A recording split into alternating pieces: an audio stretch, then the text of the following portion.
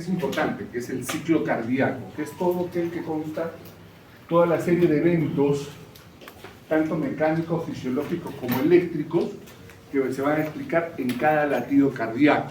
¿Sí? Y es así que comenzamos acá. Lo primero que sucede es que llega la sangre a la aurícula izquierda.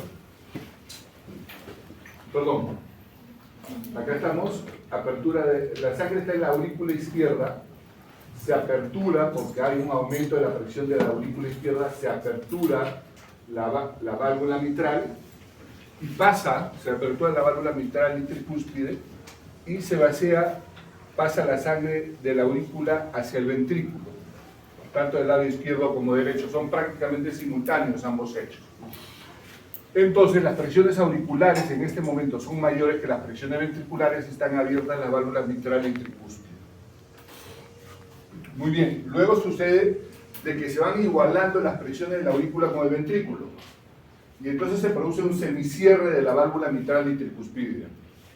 En ese momento la fibra la aurícula se contrae, se produce la llamada sístole auricular, ¿no? Y termina de expulsar lo que falta de sangre que todavía contiene la aurícula y se llena el ventrículo izquierdo. Si nosotros ponemos el llenado ventricular pasivo del primer momento, es aproximadamente el 70% del volumen sanguíneo, y el llenado activo generado por la contracción auricular es del 30%. En este momento permanecen abiertas la válvula mitral y tricúspide y cerradas las válvulas aórtica y pulmonar, están cerraditas. Se ha llenado, y si se ha llenado, va a aumentar la presión del ventrículo izquierdo en comparación a la presión de la aurícula izquierda. Salud. Cuando sucede esto, ¿no? Cuando sucede esto y la presión del ventrículo sobrepasa la contracción de la aurícula, se cierra la válvula mitral y tricúspide. Primer ruido cardíaco. Primer ruido cardíaco, cierre de las válvulas mitral y tricúspide. En ese momento todavía permanecen cerradas las válvulas aórtica y pulmonar. Muy bien. Y se comienza a contraer el ventrículo. Se comienzan a contraer. Pero esta contracción es con un volumen constante y la presión va aumentando porque se va generando la contracción. Entonces, la va ajustando, lo va ajustando ese volumen y la presión va aumentando. Cuando aumenta va a haber un momento en que la presión del ventrículo, de los ventrículos va a superar a la presión de la arteria aorta y pulmonar. En ese momento se apertura la válvula aórtica y pulmonar, permitiendo la expulsión de la sangre de los ventrículos. Esto se llama fase eyectiva. Aproximadamente el volumen sistólico que se expulsa en cada latido son 70 latidos por minuto. La frecuencia cardíaca promedio es de 70 por minuto, o sea, el volumen sanguíneo total es de aproximadamente 4.900 mililitros. Muy bien, permanecen cerradas las válvulas mitral y tricúspide, abiertas las pulmonares. La presión del ventrículo sobrepasó a la presión de la arteria aórtica y pulmonar y es mayor la presión a nivel ventricular que la presión auricular. Muy bien. Y luego de que se ha contraído, se va expulsando toda la sangre, hasta que va quedando el ventrículo exangüe, sin contenido sanguíneo. Es increíble. Yo llego tarde porque tengo un accidente, salgo de trabajar y hay gente que llega más tarde. Bueno, en este momento, ahí hay un sitio, doctora. Encima tengo que buscar el sitio. Ok, entonces, cuando se ha vaciado, va a haber en este momento la presión de la arteria aorta y pulmonar va a sobrepasar la presión del ventrículo. Cuando sucede eso, se cierra la válvula aórtica y pulmonar, produciéndose el segundo ruido cardíaco. La presión acá es mayor en las aurículas, en la aorta y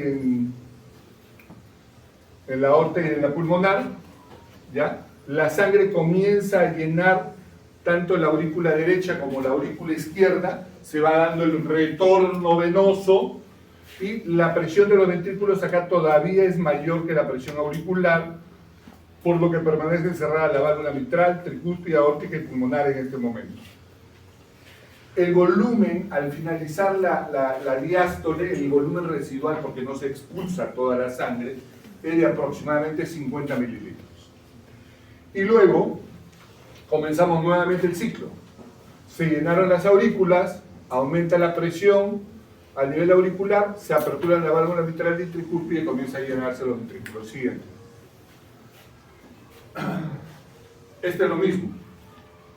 Estoy ya hablando de presiones propiamente, ¿no? Acá tenemos la presión de la aorta, esta es la presión del ventrículo en rojo, esta otra línea punteada de acá es la presión auricular, este es el volumen del ventrículo y este es el electrocardiograma y los ruidos cardíacos.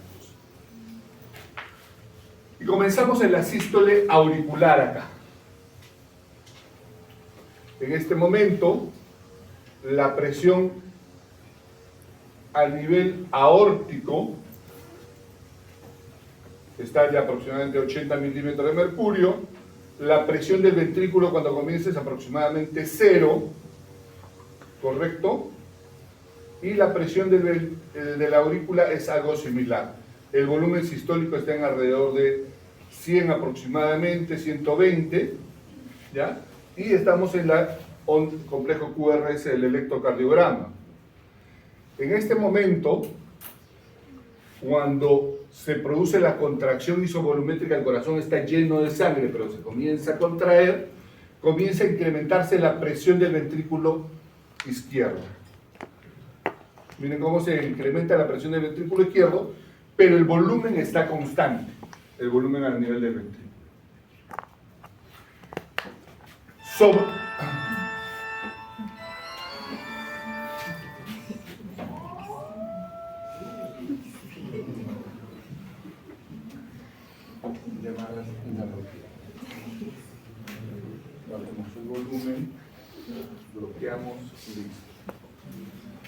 Entonces, cuando la presión del ventrículo en rojo sobrepasa la presión de la aorta, se abre la válvula aórtica.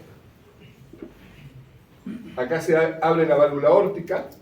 Hemos comenzado con las válvulas auriculoventriculares cerradas, ¿ya? La válvula aórtica y pulmonar cerrada, y en este momento se ha aperturado al terminar la contracción isovolumétrica. Muy bien, se abre y comienza la expulsión de la sangre del ventrículo izquierdo. Entonces el volumen sanguíneo a nivel del ventrículo izquierdo disminuye hasta casi 50. De lo que estábamos alrededor de 110, 120, disminuye hasta casi 50. Esta es la fase de eyección. La presión del ventrículo va aumentando, pero va aumentando hasta el momento que comienza a disminuir la cantidad de sangre. Cuando comienza a disminuir la cantidad de sangre, esa presión del ventrículo izquierdo comienza a disminuir. Está más o menos paralela con la presión de la sangre a nivel de la aorta, hasta la fase eyectiva. Cuando termina la fase eyectiva, la presión a nivel de la aorta es mayor que la presión a nivel del ventrículo izquierdo. Y cuando sucede eso, se cierra la válvula aórtica. Terminó la fase eyectiva. Paralelamente en ese momento, durante la eyección, la aurícula izquierda sufre la menor cantidad de presión que tiene, y hacia el final de esta fase comienza a llenarse y comienza a aumentar su presión. Ha salido la sangre del ventrículo izquierdo y se produce la onda T en el electrocardiograma. Producto de este cierre de la válvula aórtica se produce el segundo ruido cardíaco. ¿Ven acá? Se cierra, segundo ruido cardíaco. Muy bien. Luego se produce la relajación isovolumétrica, con volumen constante. En este momento el volumen se mantiene en alrededor de 50. La aurícula se está llenando lentamente la presión de la aorta comienza a descender discretamente y la presión del ventrículo izquierdo sufre una baja importante porque casi no tiene volumen. Se relaja el ventrículo, descansa y comienza a recibir sangre. Cuando disminuye la presión a tal grado que baja por debajo, valga la redundancia, de los niveles de la presión a nivel de la aurícula izquierda y derecha, a nivel de las presiones auriculares, las válvulas auriculoventriculares, mitral y tricúspide, se abren. Se abrieron. Con igual volumen al finalizar la onda T, y las aperturas no producen ruido porque hacen esto. Lo que hace ruido es el cierre, porque ahí se juntan las válvulas y aplauden. Luego de la relajación isovolumétrica comienza toda la fase diastólica. La diástole, propiamente, pues, tiene la diastasis, ¿no?, la sístole auricular y el llenado pasivo rápido, en la cual la presión aórtica comienza a disminuir gradualmente, la presión a nivel del ventrículo durante la diástole comienza a mantenerse más o menos constante, ¿no? La presión, porque se va llenando el ventrículo izquierdo gradualmente, pero sin generar presión. Va llenándose hasta que el ventrículo ya tiene un volumen de alrededor de 110 y comienza a generar presión. Comienza a generar presión. ¿Producto de quién? Esta presión inicial es producto de que la aurícula izquierda se contrae, genera más llenado ventricular, el 30% del llenado, y comienza a subir la presión a nivel del ventrículo izquierdo. Se produce un aumento del volumen ventricular izquierdo, ¿correcto? ¿Ya? Y ese es más o menos el ciclo cardíaco. Siguiente. Esto tiene duraciones. Tenemos 70 latidos por minuto, o sea, menos de 1 segundo por cada latido aproximadamente. La sístole dura medio segundo, medio segundo, que se divide 50 milisegundos la contracción isovolumétrica, la eyección 90, la eyección reducida 130 y la protodiástole 40 milisegundos. Siguiente. Siguiente. La diástole dura 490, o sea, aproximadamente 1 segundo. La relajación isovolumétrica 80, el llenado ventricular 110, la diastasis 190 y la sístole auricular 110 milisegundos. Siguiente.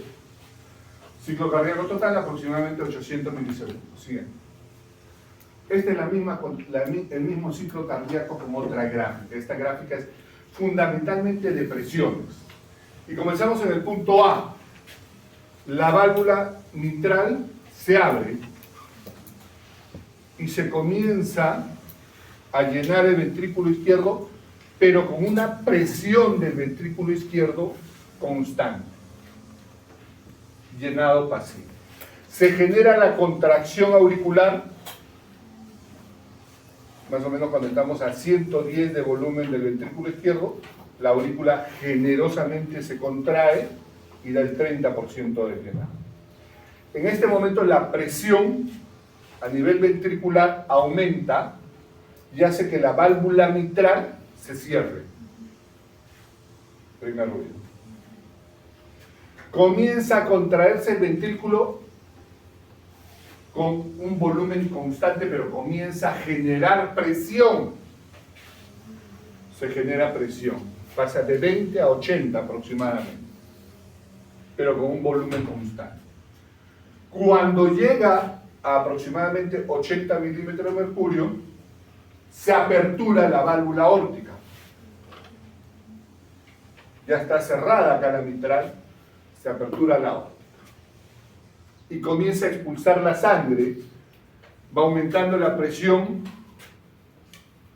hasta un máximo, que es cuando más sangre ha podido expulsar, pero luego ya comienza a haber menos sangre a nivel del ventrículo y va perdiendo presiones hasta que la válvula aórtica baja aproximadamente 100 milímetros de mercurio y se cierra la válvula aórtica y pulmonar en ese instante. Cuando sucede eso, el corazón queda ya con un volumen residual y el corazón pasa a su fase de relajación. Acá se ha contraído para generar eso, para generar esta eyección y esta contracción isovolumétrica ha tenido que contraerse para generar presión. Acá se relaja con un volumen constante residual del ventrículo, pero que gradualmente va perdiendo presión, hasta que finalmente baja tanto que la presión del ventrículo es menor que la de las aurículas y se abre la válvula. El volumen que se encuentra entre la fase de contracción isovolumétrica y relajación isovolumétrica es el volumen sistólico, 70. Sigue. Dale otro clic. No, el anterior. Dale clic.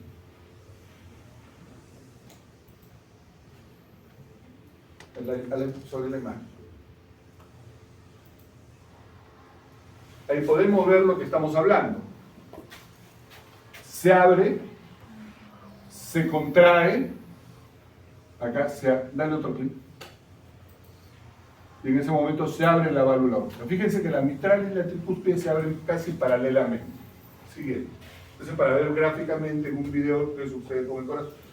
Esto, tengo un dedo rápido. Este es un corte que le llamamos a nivel de la válvula mitral. Miren, acá hay una L, válvula mitral, es un ecocardiograma. Acá está cerrada la válvula mitral.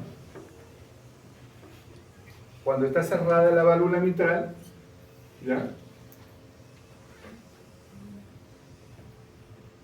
Se produce cambio en las presiones, se abre la válvula mitral, vaciamiento rápido. Este es mecánica, esta es la válvula. Luego pierde presiones y se semicierra. Se contrae la aurícula y se produce la segunda onda de la contracción auricular. Lo que le digo es se ve en el ecocardiograma, es un hecho mecánico. Siguiente. Este es a nivel de la válvula aórtica. La fase de eyección, ¿recuerdan esa curvita que vimos? Acá está. El pulsor a nivel de la válvula aórtica, comienza a expulsarse la sangre, el máximo de sangre que se pierde y luego comienza a disminuir. Esta es la velocidad que estamos midiendo de la expulsión de la sangre a nivel de la válvula aórtica. Siguiente. Esta es la misma válvula mitral, pero ya no estoy midiendo el movimiento como en la anterior, que era la válvula, sino acá estoy viendo el flujo de sangre, el volumen de sangre, y puedo medir la presión de la sangre. Se abrió la válvula y esta es la sangre que comienza a expulsar y a llenar el ventrículo izquierdo. Se reduce, se contrae y se produce la contracción auricular. Siguiente.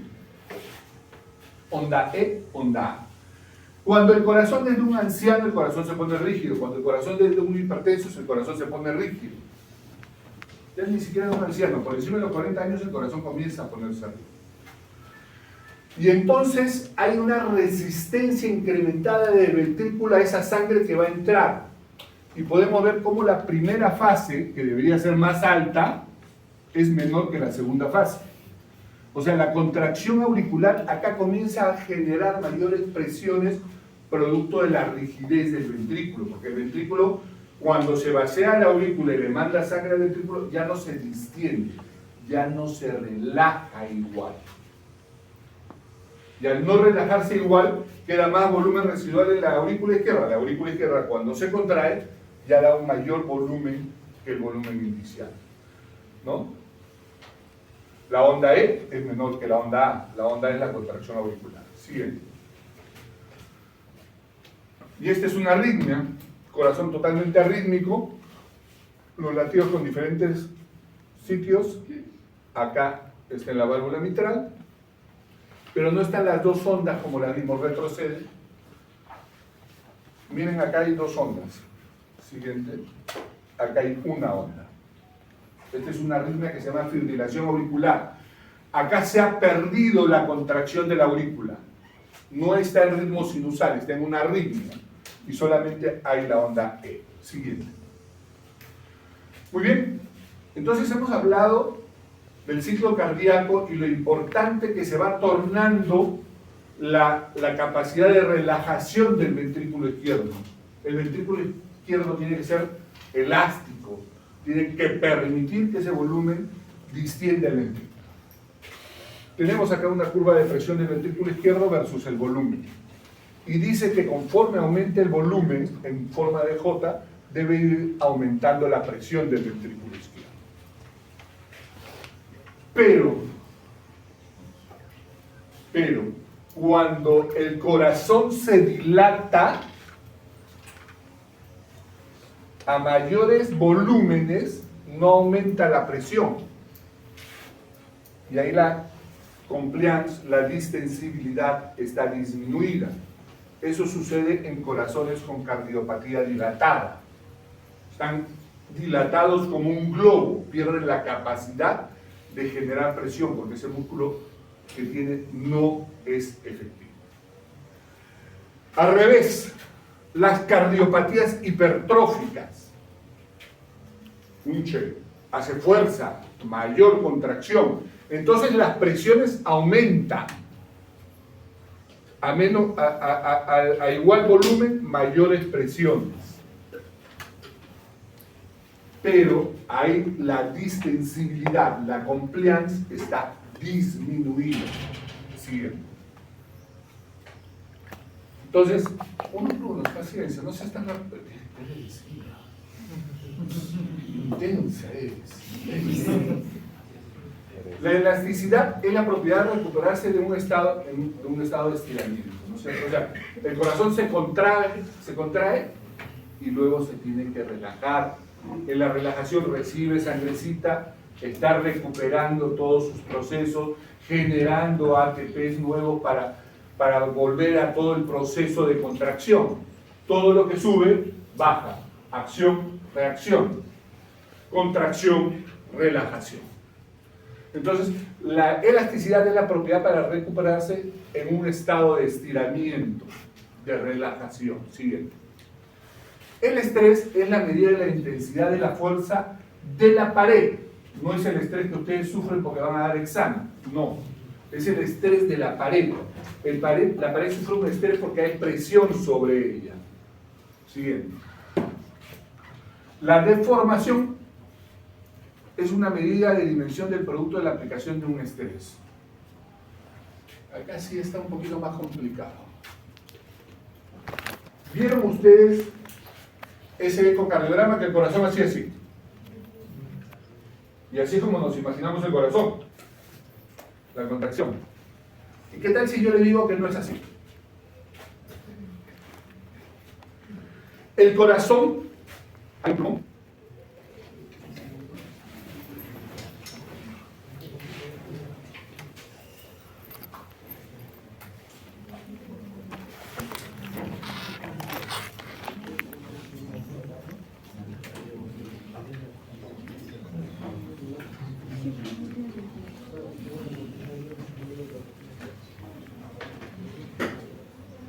El corazón, ahí lo vieron así más o menos. Perdón, al revés. Lo vieron así en el ecocardiograma. Y vieron que se generaba una contracción de esta forma. ¿Qué tal si les digo que el corazón tiene una porción de entrada y una porción de salida del corazón? Y por lo tanto, la fibra muscular acá tiene una disposición y acá tiene otra. Pero tienen una continuidad como cámara. Y entonces el corazón no se contrae así. El corazón se contrae elípticamente, como cuando exprimen una toalla. Desde la base hacia la punta y desde la punta hacia la válvula aórtica. Y entonces nosotros ya no hablamos de contracción ahí, hablamos de deformación. Índice de deformación, que no hablamos que sea deforme el corazón, Así le han puesto el nombre y es la traducción. En inglés es algo así como strain. Siguiente. La distensibilidad o compliance es el cambio del volumen relativo al cambio de la presión, conocida como la rigidez de la pared del ventrículo. Siguiente. La isotropía viene a representar la propiedad de la elasticidad en todas las direcciones. Se relaja, ¿no?, o se contrae en la misma dirección, pero siguiendo este principio, el principio de exprimir la toalla, llamémosle así. Sigue. Y la anisotropía es la elasticidad que varía con la dirección, y eso sucede en problemas isquémicos, enfermedades dilatadas y algunos tipos de patologías. Sigue.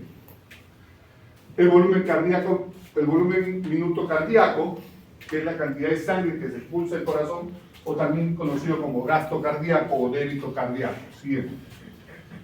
El volumen minuto, ya hemos hablado que el volumen sistólico es 70 y el latido cardíaco es 70, eso ya les dije. ¿Ya? Es aproximadamente 4.9.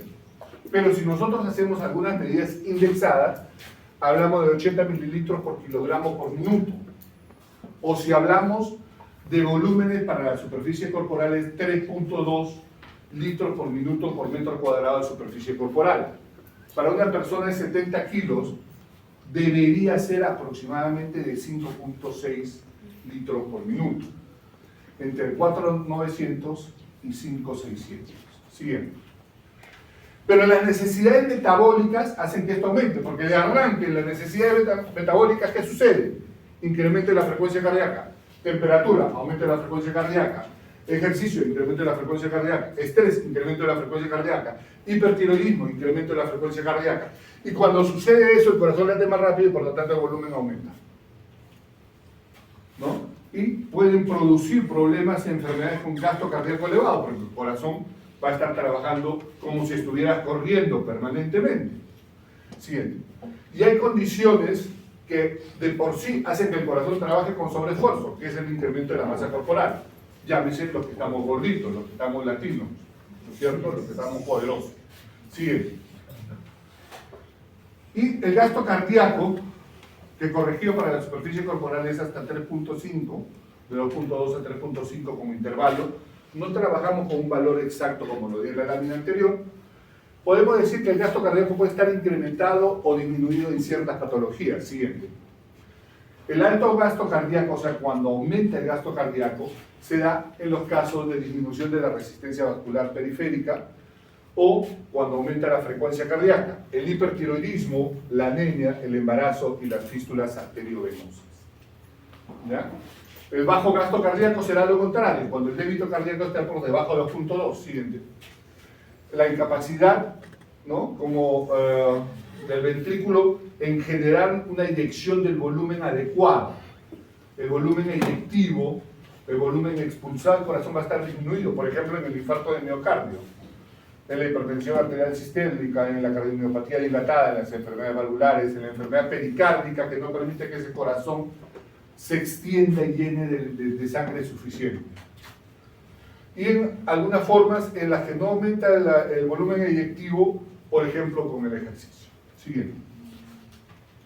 El gasto cardíaco es resultado entonces de frecuencia cardíaca por volumen sistólico.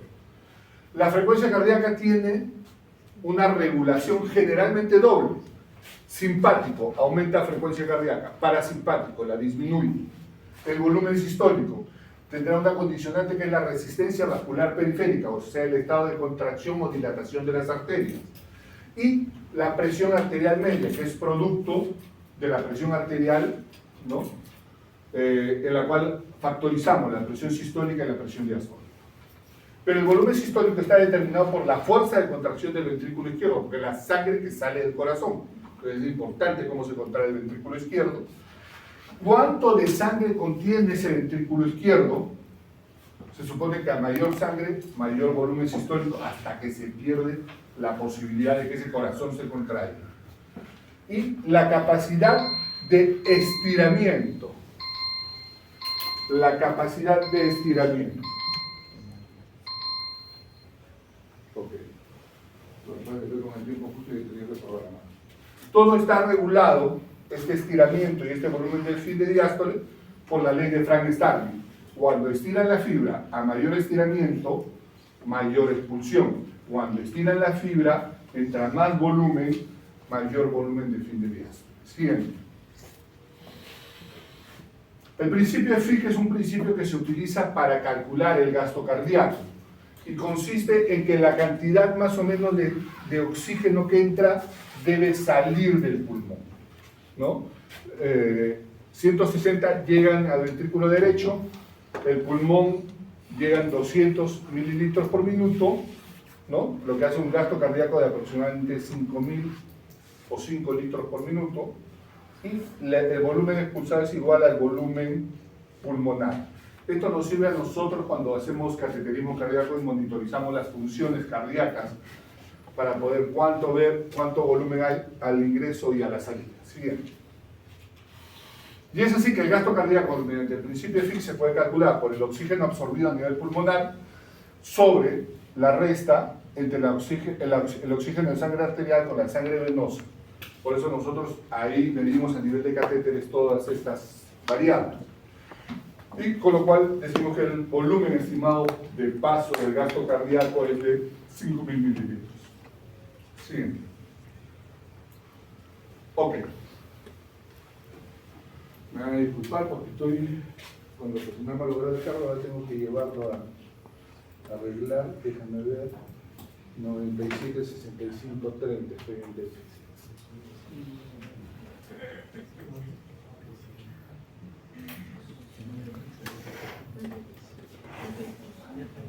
Vamos a hacer la parte venosa rapidito. Siguiente. Entonces, la sangre se va a todo el cuerpo y tiene que regresar. Regresa a partir de las venas. Eso es lo que se conoce como retorno venoso. Y entonces nosotros tenemos que la presión a nivel de las arterias suele ser alta. Conforme se va alejando hacia las arterias más pequeñas, va perdiendo presión. A nivel de los capilares la presión es mínima, y luego a nivel de las venas, ¿no?, es prácticamente una presión baja, 8, 14 milímetros aproximadamente. A nivel de la aurícula derecha la presión es muy bajita, y luego cuando pasa al ventrículo derecho se genera más presión, en la arteria pulmonar disminuye, en las arterioles y capilares pulmonares disminuye hasta que regresa al ventrículo izquierdo, donde el corazón a nivel de la aurícula llega con presiones bajas, pero el corazón a nivel del ventrículo comienza a generar presiones. ¿Por qué? Porque su misión es mandar sangre a todos los tejidos. Siguiente. Entonces el primer hecho es que las presiones venosas son bajas. ¿Ok? El segundo hecho es de que esta presión nosotros la podemos medir. Generalmente en posición de cúbito ponemos un catéter venoso central en la yugular, esa debe llegar preferentemente hasta la aurícula derecha, y medimos la presión venosa en decúbito. Y cuando nosotros ponemos a una persona de pie, esta presión lógicamente debe disminuir, porque hay diferencias entre estar acostado y estar parado. Siguiente. Entonces depende de la gravedad. Presión venosa central versus gasto cardíaco. ¿Ya? El retorno estará aumentado cuando disminuye el gasto cardíaco y aumenta la presión del ventrículo izquierdo, ¿no?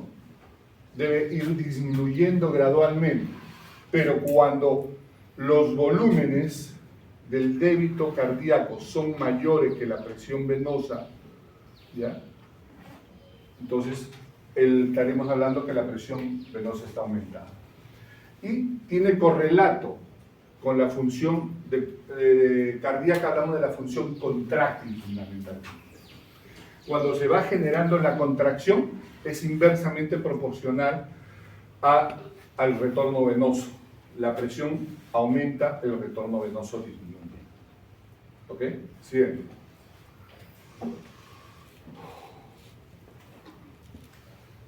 El retorno venoso tiene una fase de meseta.